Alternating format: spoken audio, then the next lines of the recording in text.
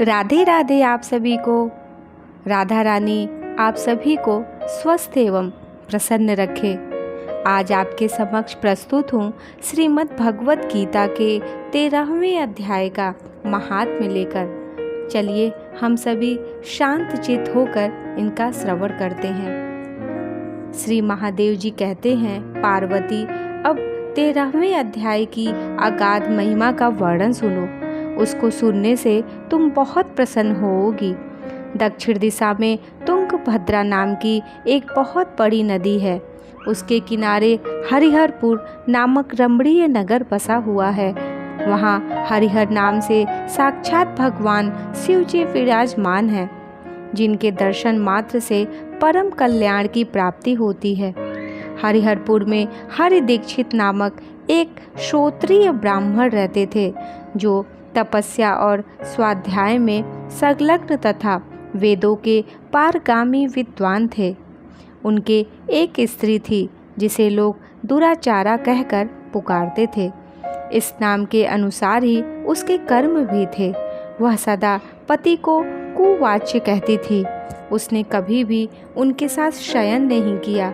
पति से संबंध रखने वाले जितने लोग घर पर आते, उन सबको डांट बताती और स्वयं कामोन्मत्त होकर निरंतर व्यभिचारियों के साथ रमण किया करती थी। एक दिन नगर को इधर उधर आते जाते हुए पूर्ववासियों से भरा देख उसने निर्जन एवं दुर्गम वन में अपने लिए संकेत स्थान बना लिया। एक समय रात में किसी कामी को न पाकर वह घर के किवाड़ खोल नगर से बाहर संकेत स्थान पर चली गई। उस समय उसका चित्त काम से मोहित हो रहा था। वह एक एक कुंज में तथा प्रत्येक वृक्ष के नीचे जा जाकर किसी प्रियतम की खोज करने लगी, किंतु उन सभी स्थानों पर उसका परिश्रम व्यर्थ गया। उसे प्रियतम का दर्शन नहीं हुआ। तब वह उस वन में नाना प्रकार की बातें कहकर विलाप करने लगी। चारों दिशाओं में घूम घूम कर वियोग जनित विलाप करती हुई उस स्त्री की आवाज़ सुनकर कोई सोया हुआ बाघ जाग उठा और उछलकर उस स्थान पर पहुंचा जहां वह रो रही थी। उधर वह भी उसे आते देख किसी प्रेमी की आशंका से उसके सामने खड़ी होने के लिए ओट से बाहर निकल आई। उस समय व्याघ्र ने आकर उसे नख रूपी बाणों के प्रहार से पृथ्वी पर गिरा दिया। इस अवस्था में भी वह कठोर वाणी में चिल्लाती हुई पूछ बैठी, अरे बाघ, तू किस लिए मुझे मारने को यहाँ आया है? पहले इन सारी बातों को बता दे, फिर मुझे मारना। उसकी यह बात सुनकर प्रचंड पराक्रमी व्याघ्र क्षण भर के लिए उसे अपना ग्रास बनाने से रुक गया और हंसता हुआ सा बोला, दक्षिण देश में मलापहा नामक एक नदी है। उसके तट पर मुनिपर्णा नगरी बसी हुई है। वहाँ पंचलिंग नाम से प्रसिद्ध साक्षात भगवान शंकर निवास करते हैं। उसी नगरी में मैं ब्राह्मण कुमार होकर रहता था। नदी के किनारे अकेला बैठा रहता और जो यज्ञ के अधिकारी नहीं हैं, उन लोगों से भी यज्ञ कराकर उनका अन्न खाया करता था। इतना ही नहीं, धन के लोभ से मैं सदा अपने वेद पाठ के फल को भी बेचा करता था। मेरा लोभ यहाँ तक बढ़ गया था कि अन्य भिक्षुओं को गालियाँ देकर हटा देता और स्वयं दूसरों को नहीं देने योग्य धन भी बिना दिए ही हमेशा ले लिया करता था। ऋण लेने के बहाने मैं सब लोगों को छला करता था। तदंतर कुछ काल व्यतीत होने पर मैं बूढ़ा हुआ। मेरे बाल सफ़ेद हो गए, आँखों से सूझता न था और मुंह के सारे दांत गिर गए। इतने पर भी मेरी दान लेने की आदत नहीं छूटी। परवाने पर प्रतिग्रह के लोभ से मैं हाथ में कुश लिए तीर्थ के समीप चला जाया करता था।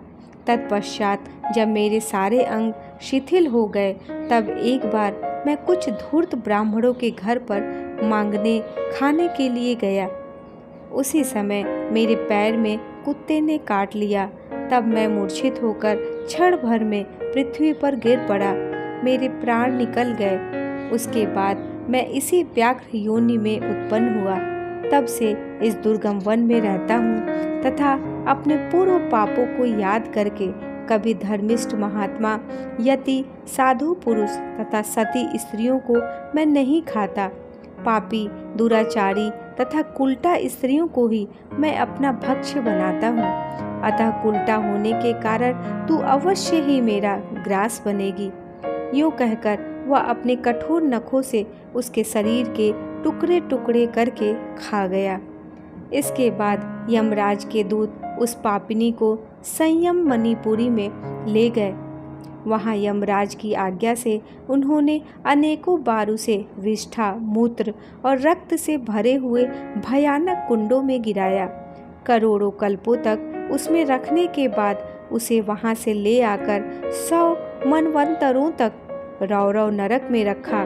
फिर चारों ओर मुँह करके दीन भाव से रोती हुई उस पापिनी को वहाँ से खींचकर दहनानन नामक नरक में गिराया। उस समय उसके केश खुले हुए थे और शरीर भयानक दिखाई देता था।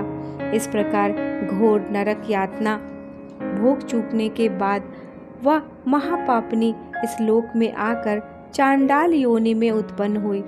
चांडाल के घर में भी प्रतिदिन बढ़ती हुई वह पूर्व जन्म के अभ्यास से पूर्ववत पापों में प्रवृत्त रही। फिर उसे कोढ़ और राज यक्ष्मा का रोग हो गया। नेत्रों में पीड़ा होने लगी। फिर कुछ काल के पश्चात वह पुनः अपने निवास स्थान हरिहरपुर को गई, जहाँ भगवान शिव के अंतःपुर की स्वामिनी जम्भका देवी विराजमान है। वहाँ उसने वासुदेव नामक एक पवित्र ब्राह्मण का दर्शन किया, जो निरंतर गीता के 13वें अध्याय का पाठ करता रहता था। उसके मुख से गीता का पाठ सुनते ही वह चांडाल शरीर से मुक्त हो गई और वह दिव्य देह धारण करके स्वर्ग लोक में चली गई। राधा राधा। उम्मीद है आपको श्रीमद् भगवत गीता के 13वें अध्याय का महात्म समझ में आया होगा, प्रभावित किया होगा। हम सभी गीता के सभी अध्यायों का निरंतर पाठ करें। मिलती हूँ बहुत जल्द आप सभी को। राधा राधा।